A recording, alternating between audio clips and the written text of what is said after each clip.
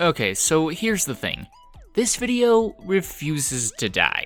It exploded yet again after the latest Steven Universe special, and I'm sure it continues to be at least partially responsible for this small subgrowth I've had lately. Which, yeah, as a side note, that's a little crazy, and thank you to everyone for that, it's incredible. But back on topic, you've probably noticed that I haven't uploaded a Steven Universe themed video in quite a while. It's not that I don't want to, or even that I don't have ideas, I do, I want to make them and I'm sure I will in the future. But with my current upload rate being one video a week, and with the amount of editing I like to put into them, I can't realistically keep up with the many other YouTubers who post Steven Universe content on the regular. That, and I don't only want to be known for Steven Universe. YouTube is a shrewd platform, and one day Steven Universe will end, and I'm willing to bet that most of you who only subscribe for theories will not come back week after week only to listen to me talk about anime.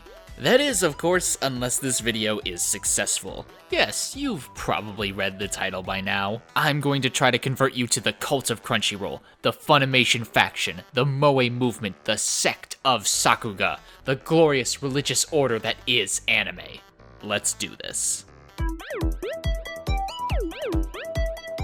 And you know, if you compare us to Scientology, we're really not that bad. Anyway, you also don't need to worry because I'm not going to throw you into the deep end of the very large pool that is Japanese animation. There's a ridiculously wide range of shows, movies, and shorts. It's not a genre, but a medium, and so what I've tried to do is find shows that feel like they serve both as a good introduction and also contain similar ideas or themes present in Steven Universe. Things like coming-of-age stories, finding yourself, living up to people's expectations, questions of morality. Also, if you are already a fan of anime, I still highly recommend any of these shows if you haven't seen them. And if you watching are a fan of both Steven Universe and anime, feel free to comment down below and let us know what shows you happen to enjoy. All that said, let's get into the recommendations.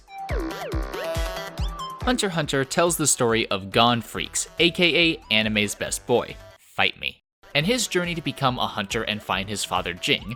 Yeah, it's pretty simple. He figures that being a hunter, which is basically a badass profession where you get paid to literally fight things and discover must be pretty awesome if Jing still wanted to do it instead of, you know, be a dad. So Gon decides at the reasonable age of 11 to become a hunter himself in order to find him. Of course though, things are never that simple, and before you know it, he's friends with an assassin his age and playing dodgeball with a fight sexual murder clown. Don't worry, it's much more unsettling than I made it sound. The reason for this 0 to 60 description though is because that's where the comparison kicks in. At the beginning of the series, Hunter x Hunter feels like just another standard battle adventure anime, much in the same way people originally dismissed Steven Universe as just another standard kids cartoon. Both, however, end up growing into much deeper shows tackling more complex and darker topics than I think fans of either originally expected. And Gon, much like Steven, starts out very childish and doesn't really understand the gravity of many situations he finds himself in. His adventures and encounters gradually shaping how he sees the world. He's also kind-hearted and carefree in a way that can only remind you of Steven. Smiling, excitable, strong, the parallels never end. Speaking of never ending, this show is a bit of a double-edged sword because if you find yourself enjoying it, you will have plenty to watch. How much? Well, your average anime series ranges from around 12 to 24 episodes a season, with many not getting more than one. Hunter x Hunter, though, is a rare exception, and when compared to Steven Universe, it has roughly twice the amount of content in terms of hours. So yeah, if you're gonna go with this one, be prepared to strap in for the long haul.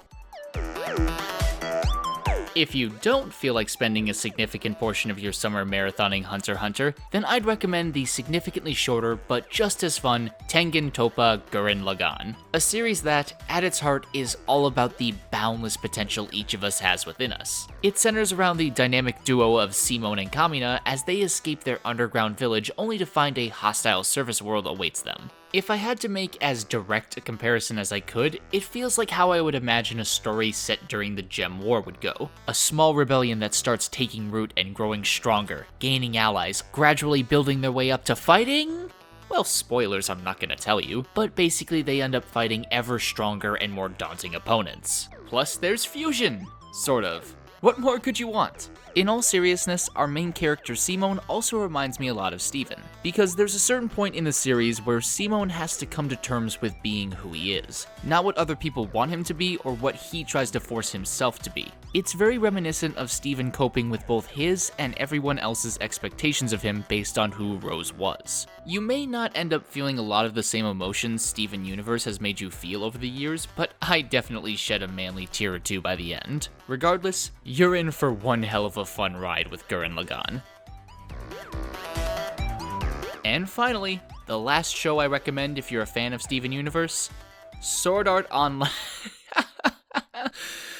I'm just kidding, can you imagine? No, the last series I recommend is Miss Kobayashi's Dragon Maid. Yeah, this is definitely the black sheep of the bunch. Whereas Hunter x Hunter and Gurren Lagann are very action-adventure heavy stories, Dragon Maid is primarily a comedic slice-of-life show with dragons. It's anime, just roll with it. The story follows Miss Kobayashi and the dragon she helps save. In an attempt to repay her, this dragon named Toru offers her services as a maid. Miss Kobayashi reluctantly accepts, and from then on, her once normal and routine life is frequently interrupted by not only Toru, but also several other dragons. Again, if I'm gonna try and make a comparison, it feels like if Greg had to room with the gems if they had just arrived on Earth. They don't understand our ways or customs, and could probably kill us all if they really felt like it. You can basically think of it like that. A human just trying to make a go of it while keeping very powerful, immortal beings in check. Oh, and all of it's played for laughs.